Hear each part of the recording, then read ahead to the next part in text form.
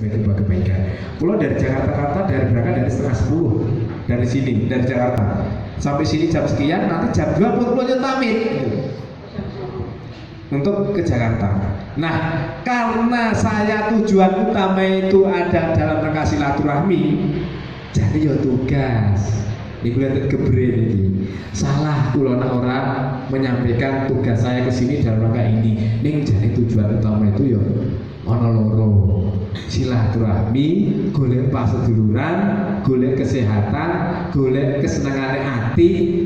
Ya kuwi mau jenenge amanah perintah dari Rasulullah itu. Kalau kebaikan dengan silaturahmi itu bawa keberkahan. Ya berkah nek dan teh. Kayak saya ditoto ya, yang enak nganggo toto piring-piring masih. Ya berkah berikutnya ada kabar jenengan dulu kenal kalian kula bismillah memperjuangkan masalah aspirasi THR. Baik, saya sedikit mengulas karena tugas sebagai MPR selain anggota DPR kula niku dadi anggota MPR. Anggota MPR beda karo biyen. Pun kula singkat mawon sakniki kula mendapatkan amanah sebagai anggota PR untuk mensosialisasikan 4 pilar. 4 pilar jane apa? Jane pun apa 4 pilar iki? 4 pilar kebangsaan itu Pancasila. Mriku nggih gambar-gambar Pancasila kan. Apa kabeh mesti apa. Kemudian Undang-Undang Dasar 45 jenenge melotok pembukaan iki melotok. Kemudian NKRI Negara Kesatuan Republik Indonesia dan Bhinneka Tunggal Ika berbeda-beda satu juga. Ulo boten buka, boten ngopah-opah masalah substansi yang ada di sini. Jenengan mengke kula malah kuwalat kalau garami laut jenengan pemirsa sedaya. Ning kula hanya sedikit menyampaikan. Gek goro-goro pilkada.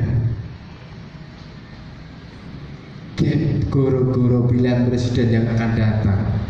Yang paling berbahaya, yang paling bikin miris, goro-goro Ahok, negara kok seperti seolah-olah akan terjadi sesuatu hal yang luar biasa, perbedaan tajam yang luar biasa, bahkan bisa mengancam persatuan dan kesatuan bangsa.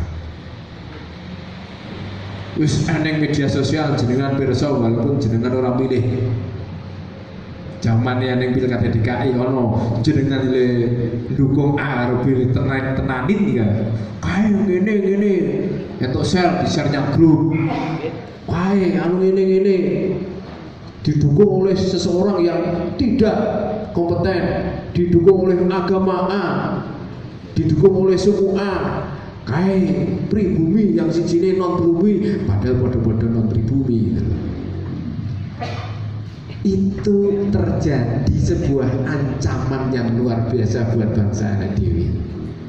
Seolah-olah negara Arab bubrah, seolah-olah negara Arab ambruk, gara-gara pilihan pilkada yang beda agama, beda suku. Kalau mriki aman, kalau buatan pidato, buatan itu. Yang fakta di dunia maya, lho karo koncone sak alumni SMA le dukung Ahok tenanin, sing sijine dukung Anies le tenanin. Lah kok jonahan ya? Kayak ternyata kayak wong Islam ini. Wah, kayak ternyata orang era jelas. Itu berbahaya. Itu akan mengancam sebuah kelestarian bangsa kita. Kulo boten menyampaikan ini bukan untuk panjenengan, tapi kula nyuwun titip tulung apa sedikit yang ingin disampaikan untuk disampaikan kepada adik-adik kita yang masih di SD, kuliah maupun masih di taman kanak-kanak. Intinya apa Bapak Ibu sekalian? Urusan kebangsaan itu bangsa, urusan agama urusannya masing-masing, jangan dijadiin satu.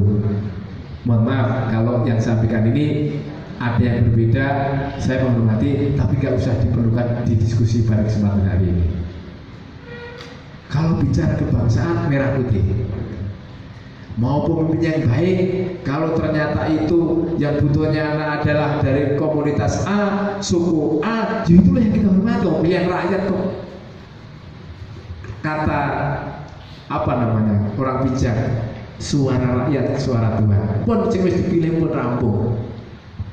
Anies wis rampung, dipilih wis dihormati, dipilih ayo didukung. Nah apa dipilih meneh, nah ora apa ya dihukum dengan tidak terpilih kembali. Mantap mawon sederhana, enggak usah seolah-olah masya Allah di grup itu loh Pak.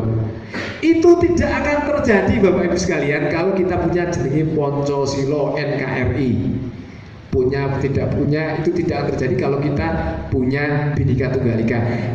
Dene kita sudah punya Pancasila, sudah punya sudah punya Bhinneka Tunggal Ika, gene yo iso tekan. Gara-gara pilihan pilkada menjadi seperti ini gitu. Intinya saya mengajak ibu sekalian, bahaya kita, ancaman bangsa Indonesia gede orang jangan. Pol, lu kalau Mas tadi kata pripun?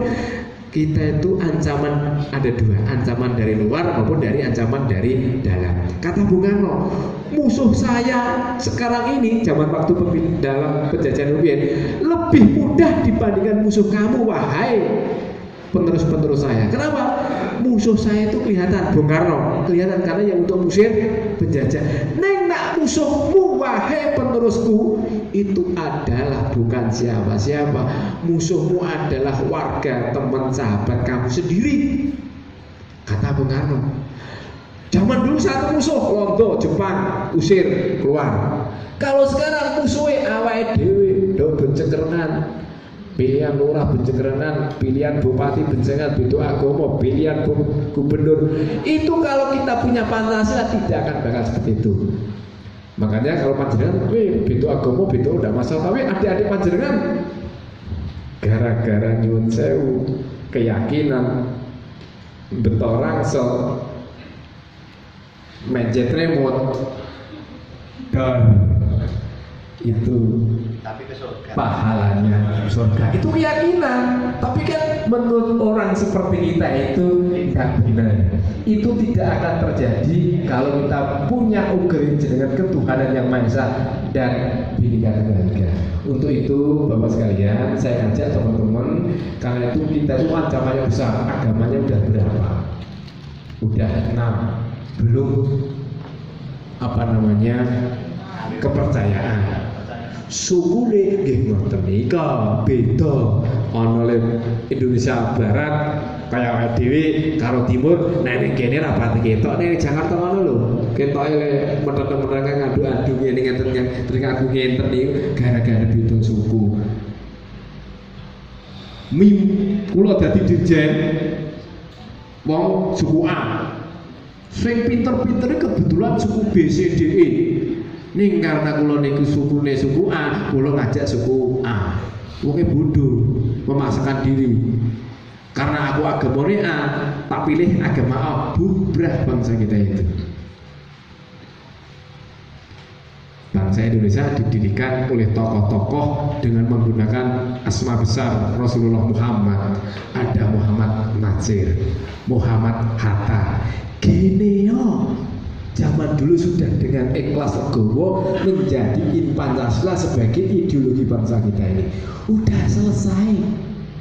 Ikhlas mayoritas zaman dulu kan 95% mayoritas Indonesia ada Muslim. Tokoh-tokoh pendiri bangsa Muslim, Muhammad Hatta, Muhammad Natsir, ikhlas menjadikan Pancasila sebagai dasar kita. Kenapa? Zaman dulu juga sudah ada yang berkeinginan untuk menjadikan dasar Islam itu sebagai salah satunya ideologi kita.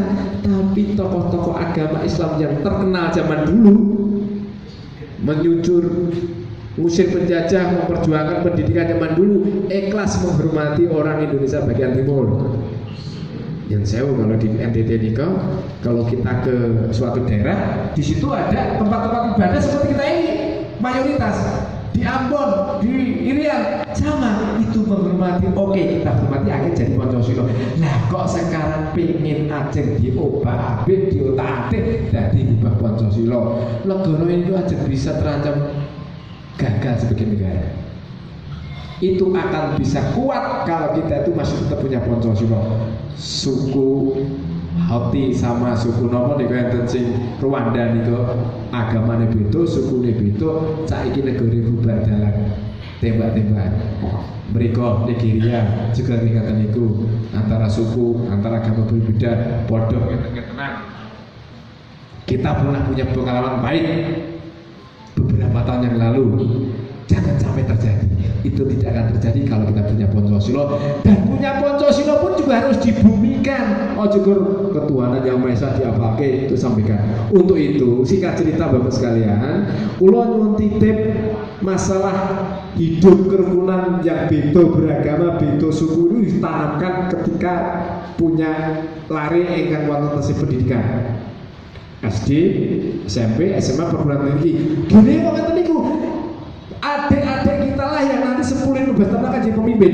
Kalau pemimpin ke depan itu bangsa kita itu hanya ideologi adalah agama A yang benar, yang paling benar, memilih pemimpin dari agama A, kemudian memilih tim suksesnya, kemudian tim kerjanya hanya dari satu agama, bubrah.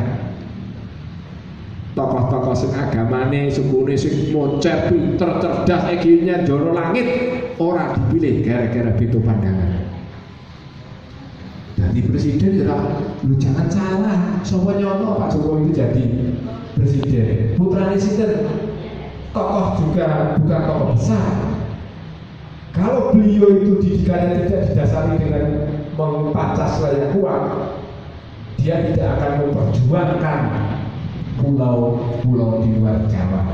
Sekarang beliau Indonesia sentris. Aku jadi presiden atau panjenengan anak yang panjenengan jadi presiden 50 tahun depan, 10 tahun depan, 15 tahun depan, Jawa sentris, Indonesia bisa tinggal lama. Ya sih di bawah Jawa benar, Jawa itu paling banyak penduduknya.